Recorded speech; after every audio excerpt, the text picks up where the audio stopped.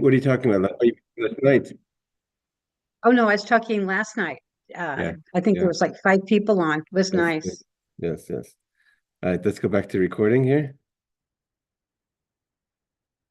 And I'm going to bring up the page where we're holding. There we go.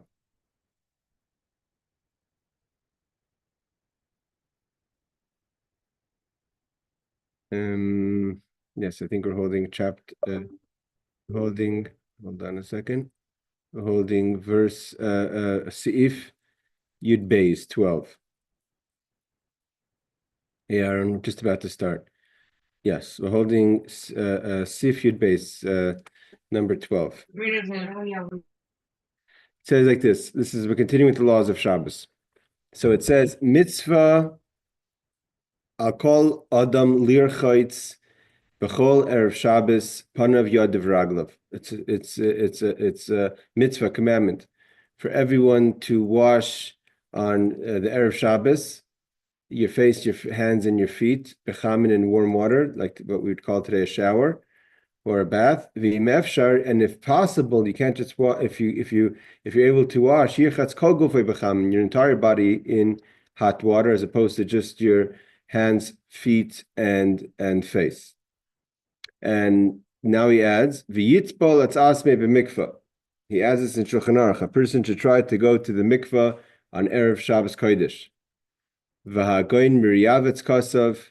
And he adds that there are opinions that say one shouldn't wash their whole body is because it could affect mishum dekashel tashmish b'yisayim. It could affect intimacy, which is a mitzvah on Friday night. Okay, he avoided to put that in the English. Okay, so on footnote, hey Rebecca, on footnote number 777. Oh, so what about the question is, and this, when we were growing up, this is how it was in the 70s, with hot water limitations and all that. So we always bathed as children. We got bathed on my mother, Baruch Hashem. My parents had a large family.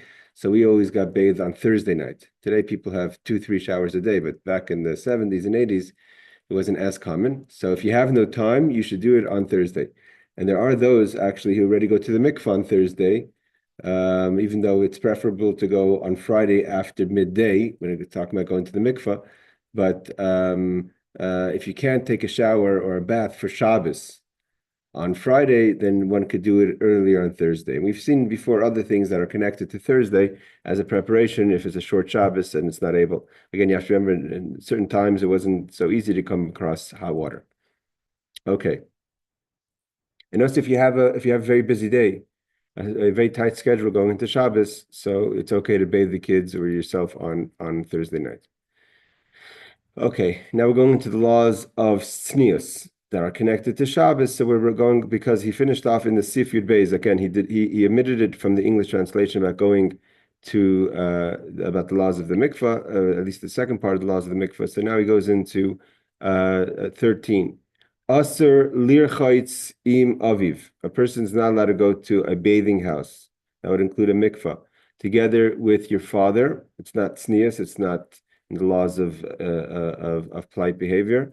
V'chamav, or your father-in-law, or bal imoy, if your mother's married to someone who's not your father, ubal achaisai, or your brother-in-law. So 4 people that one should not go for the laws of tznius. Hold on, Aaron. Should not go to not go public bathing with them. Aaron, you have a lot of noise coming over. Did you want to ask something? Okay, yeah, my son's talking. With it's Hanukkah. Anyways, the point is I go when I went to the mikveh, I see a lot of kids now. They're not married and they go with their father. I know that it's because today it's complicated, and also I wouldn't suggest in today's day and age for someone to allow their children to go alone to the mikveh unless they're young adults that could handle themselves properly because of inappropriate behavior. So some people are less careful. They'll make sure to not go into the actual water itself. So you don't go into the actual pit itself together with the son, but you'll stand out and wait for your child to go in and out, or vice versa. Okay. Mutter. And he says, and in the places where it's customary to cover their nakedness in the bathhouse, and that will answer Aaron's question, where people are able to cover themselves in a bathhouse. So then, then one could be careful. Then you could. It's not so strict as far as Ariel, as far as going to the public mikvah or a public bathhouse with your father, father-in-law, husband, mother's husband, or your brother-in-law. It's also inappropriate for a student to go to the mikvah or to go to a washing house with his teacher. But if you need to attend to your teacher, sometimes your teacher needs help, and we've seen that many times, then you're allowed to. Okay, in the notes, we're going to get into some of the halachas that some people are not familiar with, about how strict we have to be about bathing with people, the laws of tznius of people that you're familiar with, whether it's family or your teacher. So in footnote number, I think it was 79, maybe it must be 80. Okay, yes. In footnote number 80, it says about going to a wash house with your teacher. If the student was there first, let's say you come and this could happen. This is something that can happen all the time. You're in the mikvah, you're going to a public bathhouse, and all of a sudden walks in the rabbi, right? What would you do? So if the student was there first, he need not leave if his Rebbe comes inside. But regarding your father, father-in-law, etc., meaning family, you must leave. I would not assume that, I would not apply that. I don't know if I'm stepping over the line. I'm not sure that would apply to your brother-in-law. I mean, you have respect for your father and father-in-law. So if they were to walk into the wash house and you're about to go into the mikvah, you would wait for them to go first and then you would go. I'm not certain that would include your brother-in-law, with all due respect to our brother-in-laws. 81. This is not, so what about, it's permitted to help your teacher if your teacher needs help. So it says, this does not apply to your father and others mentioned above. I've seen that situation where you have a very elderly father coming to the mikveh and the son would like to help his father. So what do you do in such a situation? So here he paskins in the footnote, this does not apply to your father and others mentioned above. Regarding them, it is prohibited even if they need your service. I'm not sure how that would apply in extreme cases. If services just helping out a bit, or services the pasha can't move on. Now, either best obviously would be to ask someone else to help. I had someone who I know who in the early times of his father's suffering of dementia or Alzheimer's, and he realized it in the mikveh. When he came out of the mikveh, he got lost. He didn't know where to find his stuff, and it was brought to attention at that moment, and his son was there, and he had to come help him. Obviously, in such situations, extreme. Yes, Aaron. Just a quick thing, just using as an example, bleeding. You can't make your father bleed. So I know people who will find somebody to give like the diabetic shots and stuff because the laws. So maybe it's the same, similar situation. Yeah, I mean, in an extreme situation, you're not going to leave your father standing there, without help. But I think we're talking about a less extreme situation.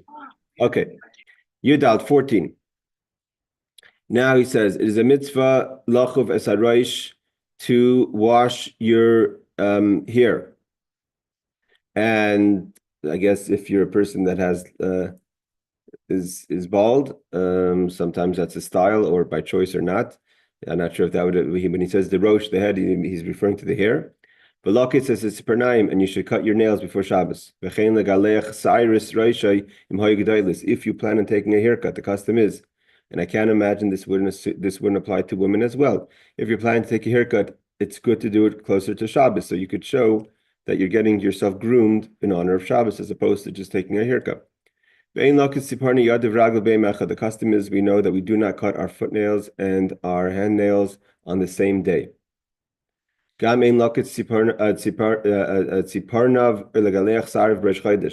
custom is also, we do not cut our nails or our hair on Rosh Chodesh. I just want to say something to the ladies on the class. that Rosh Chodesh is more a holiday for ladies than it is for men. It's brought down in Rashi brings down in the Gemara Megillah that the reason why Rosh Chodesh, which we're just finishing today, for those in Chutz La'aretz, it's still the end of Rosh Chodesh, that the reason why Rosh Chodesh is a special holiday for women, Rashi brings down, is because the women did not willingly give their jewelry to make the golden calf. And because of that, they were given a special holiday specifically for women more than men, which is Rosh Chodesh, the new month. So we avoid, as kind of celebrating the new month, one is not to cut their nails or their hair on Rosh Chodesh. So this applies to women as well. Afilu chal b'erev Shabbos, even if it were to fall out on Friday. So let's say, okay, so the custom most people have is to cut their hair, like we just said before, to groom yourself before Shabbos on Friday, or to cut your nails on Friday, right? So what happens if Friday is Rosh Chodesh? That could happen. That happens all the time. So in such a situation, do not cut your nails on Friday. Yesh makpidim, and there is those who have the custom. We do not cut our nails in order. Ella bediluk, we skip. The hainu biyamin on the right hand, maschilin be'etzba hasmucha la'agudal. You start with the finger next closest to the thumb, and vasiman, and the way to do it is beis, your second finger, dalid, your fourth finger, aleph is your first finger, i.e. your thumb, gimel is your middle finger, and hey would be your pinky. That's how you would cut your right hand. Again, there are those who have the custom to cut the left hand first because of tefillin. Ubi smoil, if you cut it, and when you cut your left hand, maschilin ve'emtza revius, you start with your fourth finger. Vasimin, and there the sign is dalid, beis, hey, gimel, aleph, which is the fourth finger, the second finger, the fifth finger, which is the pinky, the third finger, which is the middle finger, and aleph, which is the thumb. So we don't cut our hands the same way. We don't cut them straight, and we also do not cut them the same way in the right hand and left hand. One of the reasons given is because of a person's, unfortunately, it's time for them to get ready for their hold on, Aaron. I'll tell you when to get off mute. A lot of noise coming. Just repeat it, because I'm trying to take notes. You sometimes go a little fast. What's the question? What are we talking about? Just the hands. Just repeat what you just about the right versus the left. Sorry, so in the right hand, he says we should cut with the sign is the second finger, the fourth finger, the thumb, which is the first finger, the third finger, the middle finger, and hey, the pinky, that's the right hand. On the left hand, we cut the fourth finger first, then the second finger, then the pinky, the fifth finger, the middle finger, gimel, and then aleph, the thumb. Okay, that's the order we cut our right hand and our left hand. Yesh makpidim. Now there's another case. What about cutting your nails on Thursday? So there's those who don't cut their nails on Thursday. They don't cut their nails on Thursday. So the best is to cut on Friday. So what happens if Friday is Rosh Chodesh, the first of the month? Why? Because when do the nails start growing? If you cut it on Thursday, would be on Shabbos. So you're kind of making your nails grow on Shabbos, which is obviously not forbidden, but you don't want to cause something to start on Shabbos. Sheyom HaShlishi, which is the third day from cutting your nails. So if you cut them Thursday, then it would be Friday. It'd be Thursday, Friday, Shabbos, counting Thursday. So it's in order to avoid Thursday, Friday, to start to sort of say make the nails to start growing on Shabbos. One doesn't pass. Some don't cut their nails on Thursday. Sheyom Shlishi, which is the third day of cutting. Toiv Lizar. Now this is the halacha. What do we do with our nails? A lot of people are very careful with this. It affects especially people that are in the situation of pregnancy and other situations. We have to respect our nails because we respect our body. It's toiv lizar lisreif es tzipernayim. The best thing is that a chassid, he quotes the Shulchan Aruch, burns their nails as opposed to burying them or flushing them down the toilet. Let's see the commentaries here. So the footnotes he says is, why don't we cut the nails and the hand nails and the toenails on the same day? If best to cut the toenails on Thursday, even though he said we don't cut on Thursday, and fingernails on Friday. That's at the Magen Avram. So obviously the Magen Avram is not concerned with cutting on Thursday. If you're concerned with cutting on Thursday, I guess we would have to cut it on Wednesday. On Rosh Chodesh, we do not cut our nails. Yes, Barbara. So do we have to cut our toenails in the same way we cut our fingernails? That's a good question. Let's see if he has a comment on that.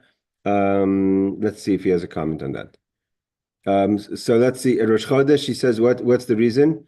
This is one of the things of Rabbi Yehuda Chassid. Okay, Rabbi Yehuda Chassid, we have a lot of takanas, we have a lot of things that we don't do based on the decrees of Rabbi Yehuda Chassid. He lived about 1,000 years ago, and the Magen Avram quoted him. Rabbi Yehuda Chassid is universal. When he gave a decree, like we don't polish our shoes before we leave on a trip. We don't go back once we left. All this, he made all kind of takanas. We don't close windows up in the house. Although there's many takanas that we have Rabbi Yehuda Chassid. This is one of them, not to cut our nails or our hair on Rosh Chodesh. Number 5 is we begin with the right hand. According to the author, it is proper to begin with the right hand, right? So we just mentioned that we start with the right hand. Why does the Kitzur Shulchan Aruch say the right hand? Because everything we start with right. In Judaism, we go with right, chesed. But the Rebbe was very careful to tell people to button their jackets, even though the style is by men is left over right. Women are right over left, and men are left over right. The Rebbe would say to fix that and make it right over left. So according to the author, it's proper to begin with the right hand. But the Ramah mentions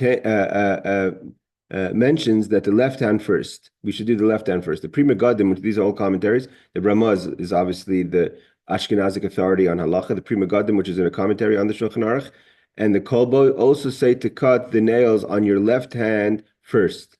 Again, it's connected similar to tying your shoelaces on the left hand first with tefillin to honor the tefillin. 86. It is also permissible to bury them.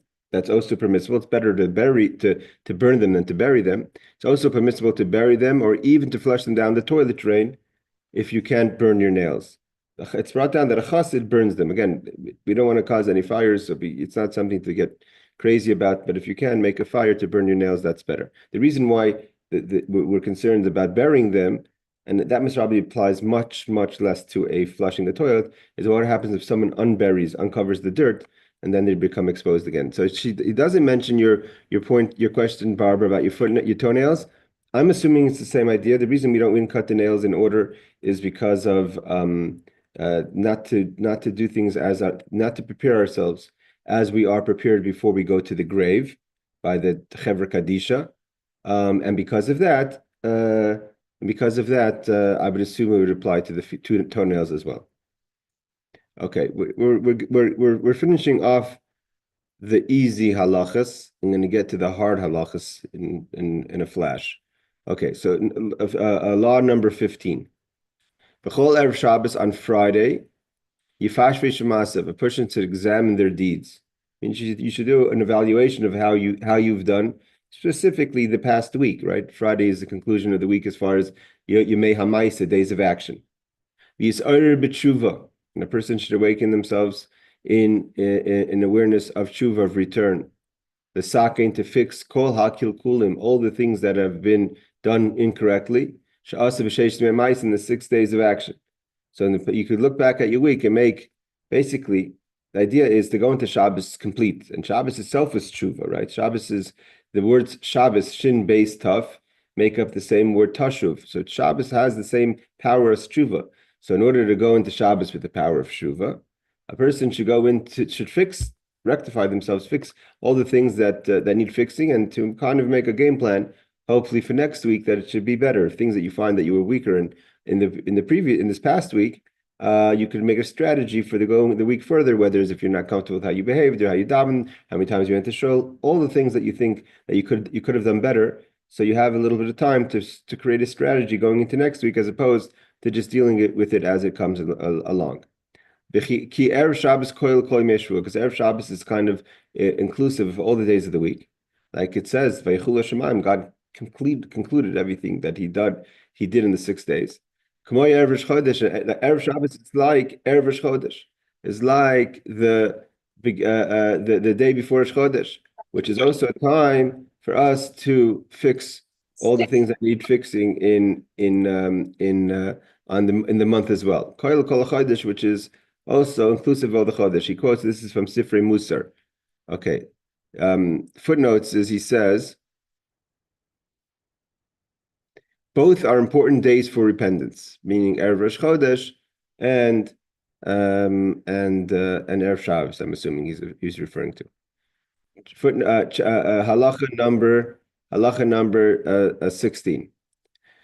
Yishtadel. This is so we got through getting ourselves clean physically, taking showers, washing our hands, grooming ourselves, cutting our nails, cutting our hair, and then we got into ourselves of cleaning ourselves spiritually through tshuva, preparing ourselves for Shabbos. Now, law number 16.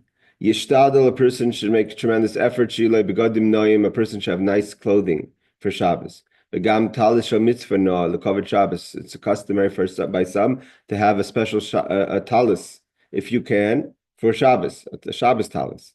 Tichsiv, because the verse says v'chibadetoi, and it says you should respect the Shabbos v'darshinan, and we learned that should mean, what does it mean to respect the Shabbos? So that means that v'darshinan shlo malvushcha shel Shabbos kimalbushcha shel chol, that your clothing of Shabbos should be unlike and not like your clothing of the week. So you should have special clothing for Shabbos. And let's say you're traveling on Shabbos in a permissible way, and you're amongst Gentiles. So but I mean, does it make sense? If that would apply. Let's say if you're in a hotel. Let's say a lot of people go on business trips, and and especially it's places like America or other places where they'll have a convention for business over a weekend, over a period of time that could include a Shabbos or a Yom Tov. So, and let's say it's challenging to find the Jewish community to be with, and you're just staying in the hotel, have your Shabbos food, daven yourself, obviously not doing anything prohibited as far as the convention goes, but you're amongst Gentiles. You're not spending Shabbos in a Jewish place. Yes, Barbara.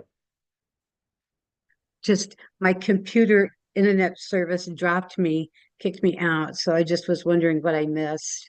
We're just in the middle of Law 16 about having special clothing for Shabbos. So one should have, hold on a second, Aaron. One should have a special talis, special clothing. So your Shabbos clothing should be unlike your weekday clothing. Yes, Aaron. Okay, so I have a special Shabbos talit, but I also use it for all the holidays? Okay, that's okay. That's okay. Most people do that, yes. Okay. Now he says, let's say again, like I said before, you're traveling, you're on a business trip, you're amongst Gentiles. Would one have to get into a nice suit or dress, a white shirt in your Shabbos clothing if you're going to spend it amongst Gentiles? Is that required? Because so it says that you should. You should nevertheless wear your Shabbos clothing. He quotes the Chai Yodim. Chai Yodim says that a person may say, if I'm literally only amongst Gentiles, and no one over there is keeping Shabbos, and no one's obligated to keep Shabbos, because Shabbos is prohibited for Gentiles to keep Shabbos. So do I have to wear special Shabbos clothes? Yes, because you're not respecting, it's not for people, it's for Shabbos. And even if you're alone, seemingly, he could have said the same point if you're alone, right? If you're alone, also the same, who you showing respect to. So the idea is that it's not about others, it's about Shabbos, showing Shabbos its respect. Let's see the footnotes over here. 88, he says, it is preferable to have clothing that is used exclusively for Shabbos, the Magen Avram and the Mishnah Brura. So people have Shabbos suits, Shabbos clothing, Hasidim wear their special kapatas, their shtreimels, all that is we have for Shabbos and Yom Tov. Okay, so we finished basically. Okay, but one thing, is there any clothes you shouldn't wear on Shabbos? Or colors, anything that's forbidden? He's not quoting that here. We know that the tradition is that we try to wear a white shirt on Shabbos as a sign of dressing for respectfully for Shabbos. Again, he doesn't mention in the Kitzur about specifically wearing a white shirt. It talks about wearing dress clothing, nicer clothing, not to walk into Shabbos in jeans or just the same clothing you would wear on gardening or on Sunday is not respectful for Shabbos. So we try to put on a special clothing that A should be respectful clothing, and B means there's 2 points here. If I have a special pair of jeans, I have nothing against jeans, but if I have a special pair of super casual clothing that I only wear on Shabbos, is that okay? So it seems like there's 2 points. One is they have unique clothing for Shabbos, and they should be respectable clothing. So if you're asking if it's colored shirt, some people have very, very, very nice colored shirts, very nice dress shirts. The custom is we wear white shirts on Shabbos if we can, but he's not mentioning that over here. Okay, now we're going to get into the very, very complicated laws of how do we deal with preparing our food for Shabbos. Okay, so we're going to go slow through this. And when we move over to the Shemirath Shabbos Kehilchathah, as Barbara suggested, they're going to have much more details to the law. So we're going to learn the laws now according to where they are in Kitzur. There's a lot new applications to the law with the new electronic and applications for food. The idea basically is how do we Shabbos one is supposed to eat warm food on Shabbos. That makes a complication. One of the prohibitions is burning a fire on Shabbos. One's not allowed to turn on electricity on Shabbos. One's not allowed to cook on Shabbos. Cooking is one of the prohibitions. How do we make sure that our food is both warm and not violating the Shabbos? It's complicated. There's a lot of rules. Let's say crock pots, using an oven on Shabbos that's already been left on.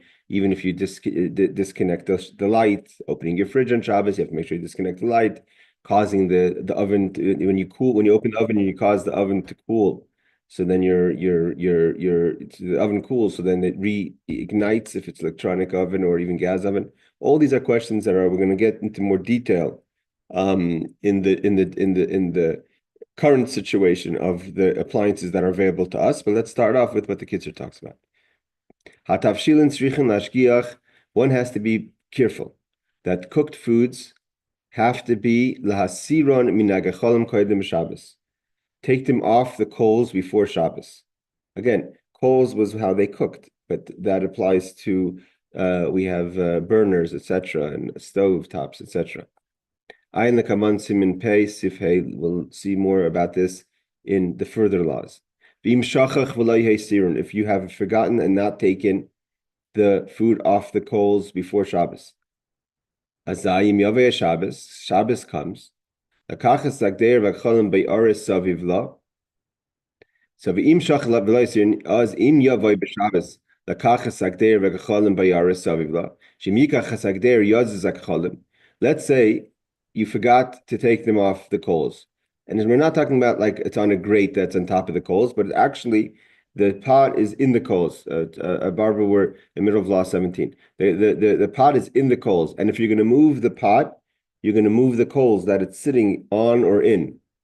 So what should you do in such a situation? It says Asr l'Yisrael lakachas. It's prohibited for a Jew to take the pot. If you're going to take the pot, not understanding of how expensive the food is or how the consequences of that, is Asr l'Yisrael lakachas. So a Jew cannot take it. But if you ask a Gentile in such a situation, which is not a lechatchila, you didn't initially plan on that. You just by mistake forgot and left the pot in the coals on Shabbos. So then you can ask a non-Jew to come in and to take the pot off for you. Okay, this is the law as we're going to learn in the halacha. In Shemirath Shabbos Kehilchathah, we're going to learn much more about these things, how it applies to present electronics and uses that people do. About you having a Gentile help us in what cases, etc. Yes, Aaron. What about soup? You have to keep, if it's a liquid, you have to keep it boiling or keep it cooking, or you can't eat it on Shabbos hot. Let's just say the law the way it was, right? Yeah. And you left by mistake a soup in a soup pot on the coals or in the coals, and there's no Gentile to take it out, to take it off. Then you cannot take off the soup. Now, if there's a hazard, that's something else. That's pekuach nefesh. If it's some way or another going to start a fire that could threaten your life, then you have to ask a rav what kind of situation it is in. But like soup, okay. So just see if I'm saying this correctly. Anything in a liquid, like soup, okay, matzo ball soup. That's going to boil out.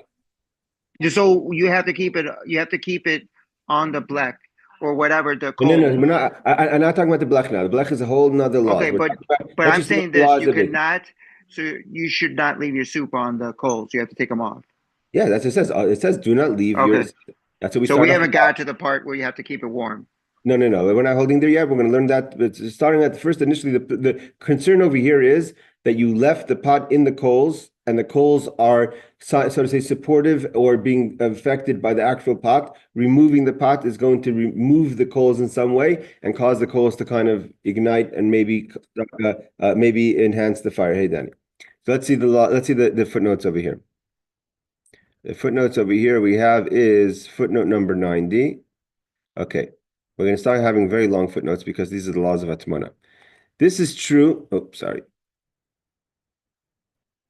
So what's footnote 90 about? So it says, if you forgot and did not remove them, you are forbidden to remove the pot while the coals are burning around it, since by taking the pot, the coals will be moved. Okay. So he says like this. This is true only when the coals surrounding the pot, when the coals are when the coals surrounding the pot are surrounding the pot, because inevitably they will be moved when the pot is taken out, and you'll move the coals, and that's forbidden on Shabbos in the laws of burning.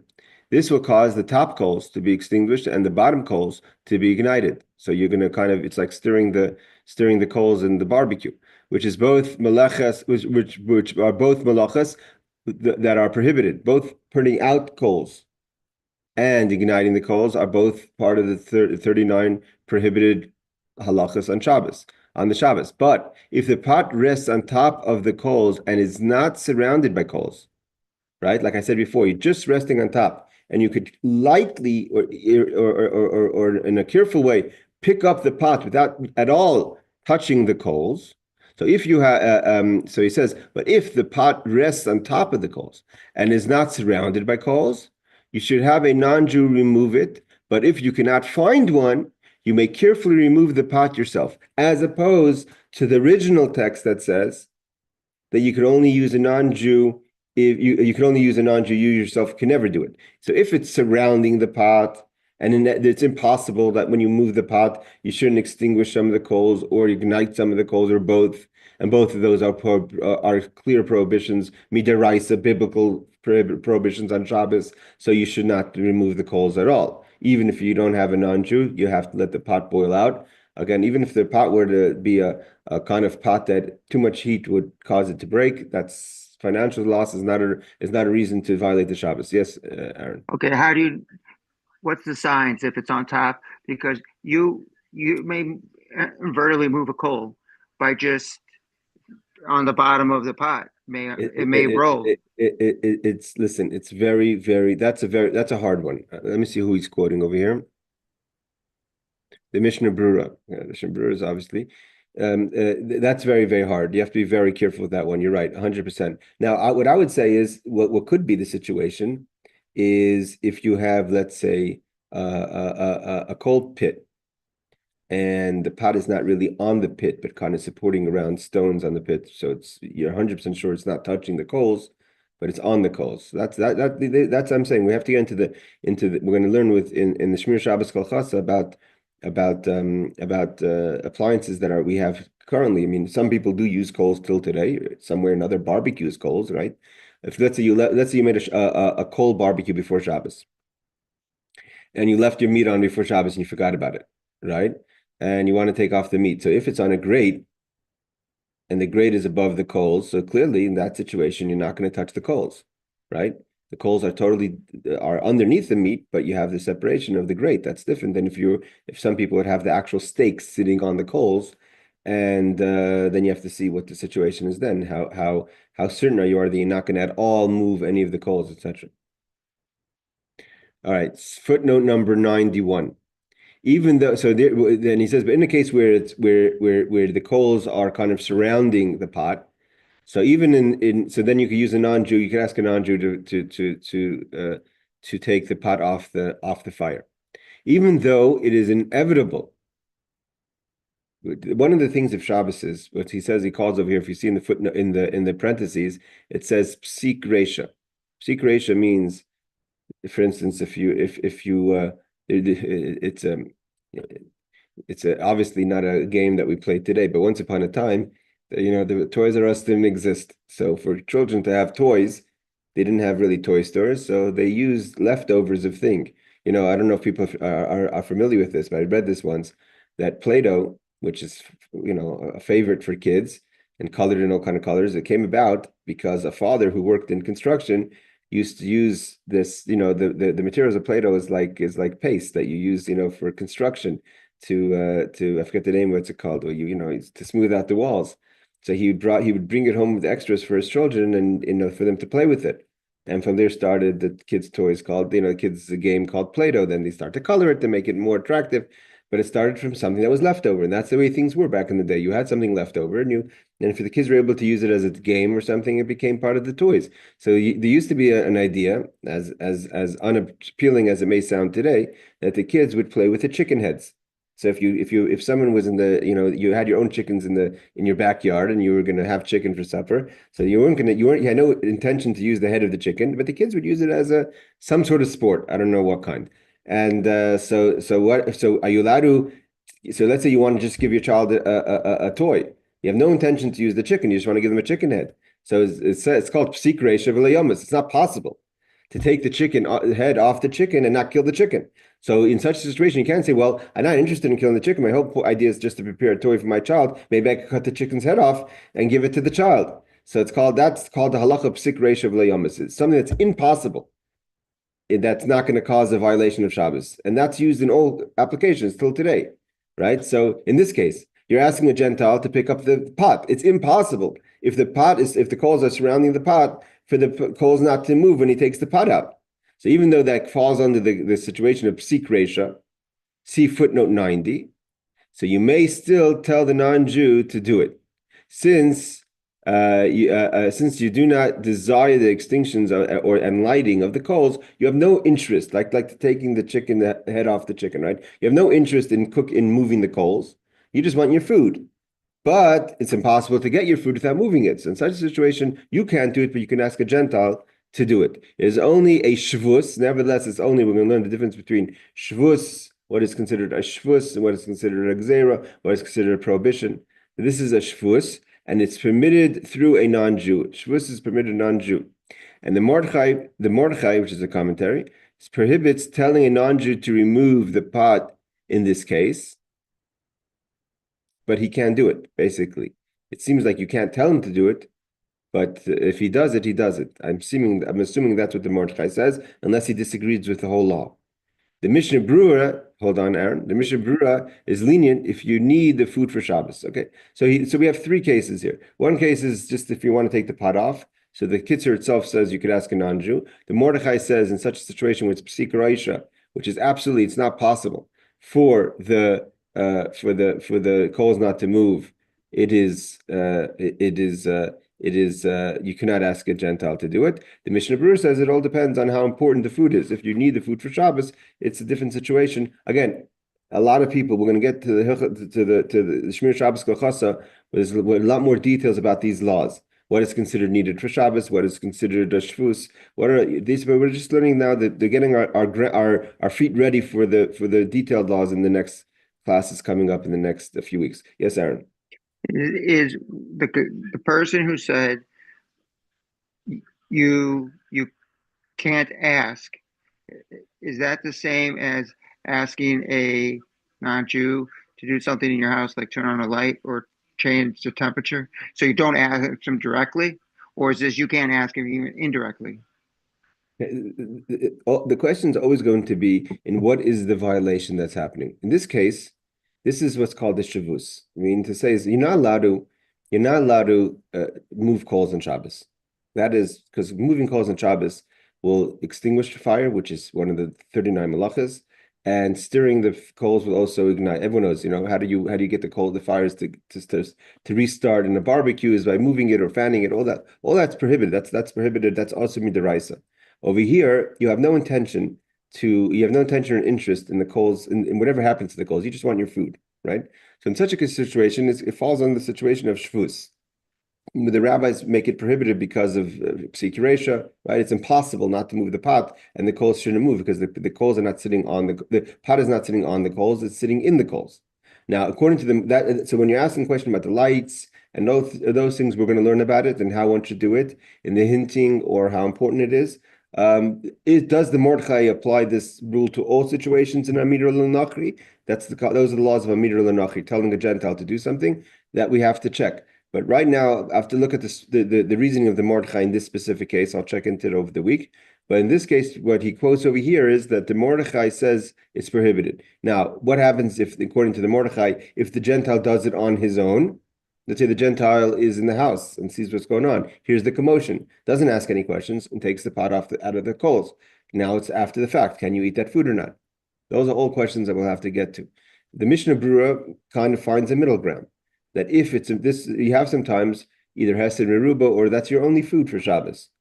So if you don't have that cholent, you'll have nothing to eat. Your guests won't have what to eat. You won't have what to eat. So then the Mishnah Berurah says you can ask a guy, depending on how important that food is. Seemingly from the original text of the Kitzur, it seems to imply, because he doesn't give any restrictions, that no matter what, you could ask a Gentile in such a situation. It's not dependent on how important the food is. But when you ask him, is it indirect or direct? He doesn't go, it seems over here, if we're just going to learn it without having any knowledge of the indirect or direct, we're talking about direct conversation. Okay. All right, let's stop here. Any other questions if anyone has, and what we've learned, we're going to continue because the next laws are going into the laws of Atmana, which is basically how do we maintain food on Shabbos, which would be like today using crock pots and blechs and all that. Yes, Barbara.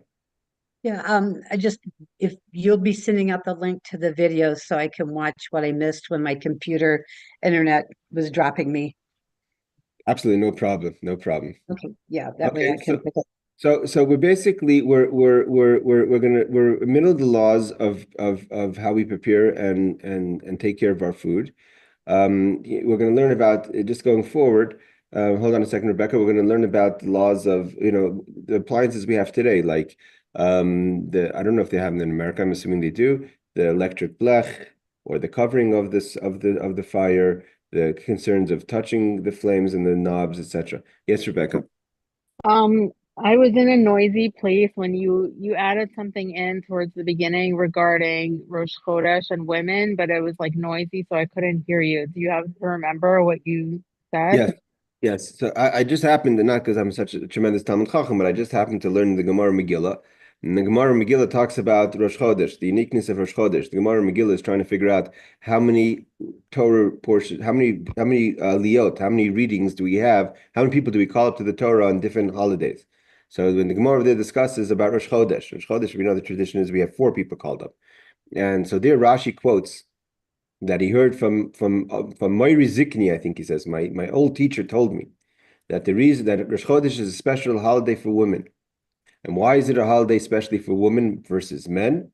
Is because it's a gift that was given to the women for their not willingly participating in the golden calf. It says that Rashi brings down that Aaron HaKohen figured, he told the men to bring gold and silver. He said to go bring the gold and silver from your wives, like the necklaces, the watches, and all that. And so he figured they wouldn't. The woman, he knew the woman wouldn't want to give their jewelry to the golden calf, and the men were aggressive and they stole it or took it by force. And because the women didn't want to participate in the golden calf, because of that, they were gifted with the gift of Rosh Chodesh. That's why it's a custom is by women not to do any work, and it's a special holiday. Hold on, Aaron. Barbara comes first. It's not to do any. Not to do any malacha not to do any work on Chodesh. Yes, Barbara. Well, 2 things. First, I wanted to share with Rebecca. I had a rabbi tell me that when it's Rosh Chodesh, a woman is supposed to do something nice for herself, buy herself something special, and Beautiful. then the other thing is, what about warming mats? Because I've seen these warming mats where you can get to keep food warm, and whether those can be used on Shabbat. Warming mats, are they electric mats or are they just like preheated mats that stay hot? No, they're electric. You plug them in and they're on for a certain period of time. And they stay in the plug when the food is inside? Yes. And then you like wrap the food inside it? Well, you just set like the plate or the pot on it. Okay, so And it keeps it. it depends. So that's like a blech. It depends if you're. It depends that we have to. We'll look into that, but it depends on if it's wrapping. It's different than just placing on top. Wrapping comes and falls into the laws of Hatmana, which is Okay. called hiding something. Yeah, it's called Hatmana means really to hide or to put inside. Yes, Aaron. Okay, so you're asking that in Israel they do this, and you wanted to know about America. So I live in Brooklyn, and so Brooklyn sells just about everything that you need. What she's talking about, a lot of them that are sold in Brooklyn in the Jewish shops are from Israel, and they plug in the wall, and they're made for Shabbos. So so a black goes over your stove, and this one is a black, but it's electric. So you just plug it in, and just stays at one temperature the whole entire Shabbos. Yeah, so that's a hot plate, electric hot plate. But I was wondering And about I Barbara. use it all the time. Sure, sure. You have to be careful. But what Barbara was saying, what I understood is it's kind of a flimsy mat as opposed to what you're talking about, which is the hard metal casing, right? So Yeah, it's and a rabbi told me if you're worried about fires, so they make timers for Shabbos, so you can time it to before Shabbos to turn on and off. So if you're worried that while you're at shul, so you have it turn on like 1 or 2 hours before Shabbos, and then your food's fine. But somebody also told me, on the other hand, you have to can't have it heat up, so you can't have it turn on and off. So there's it's a whole what some thing. people use it. What some people use the timer for is the after you. Let's say you finish lunch at 2 o'clock, or Yes. whatever, and then you want to take, and you don't want it to be burning the rest of the summer, so you have it set. But you don't need to have the special. I mean, it's nice to have a special blech that has a hot plate that has that built into it. But you can also just plug it into a Shabbos clock. And That's what I do. yeah, so Shabbos clock you could buy. Even I used to make the Cholton show. You have Shabbos clocks that you could let's say Yom Tif, which you're allowed to cook on Yom Tif, right? So you could have Shabbos clocks that are set for 5 days a week. So usually it runs around on, it circles, it just goes 24 hours. But they have the little better ones, they're electronic, digital, that you could set for Sunday, Monday, Tuesday, Wednesday to go on and off. It's not necessarily a Shabbos clock. It's an appliance that's sold, I guess, has other uses aside for Shabbos, but it's good to have it for a Yom Tif. Let's say you have a 3-day Yom Tif, and let's say you want to make a cholent on Erev Shabbos, but you don't need the crock pot running on Wednesday and Thursday or Thursday and Friday. You just want it to start Friday afternoon, so you could have it preset like that. All right, ladies and gentlemen, today's Hanukkah. We're finishing the last day of Hanukkah. It's a special day to try to get all Yeshuas and brachas. So I want to wish everyone a happy Hanukkah. Thank you for joining, and we'll see you next week for the class in Kitzur. And those who join tomorrow, we have a class in the Rebbe Sicha on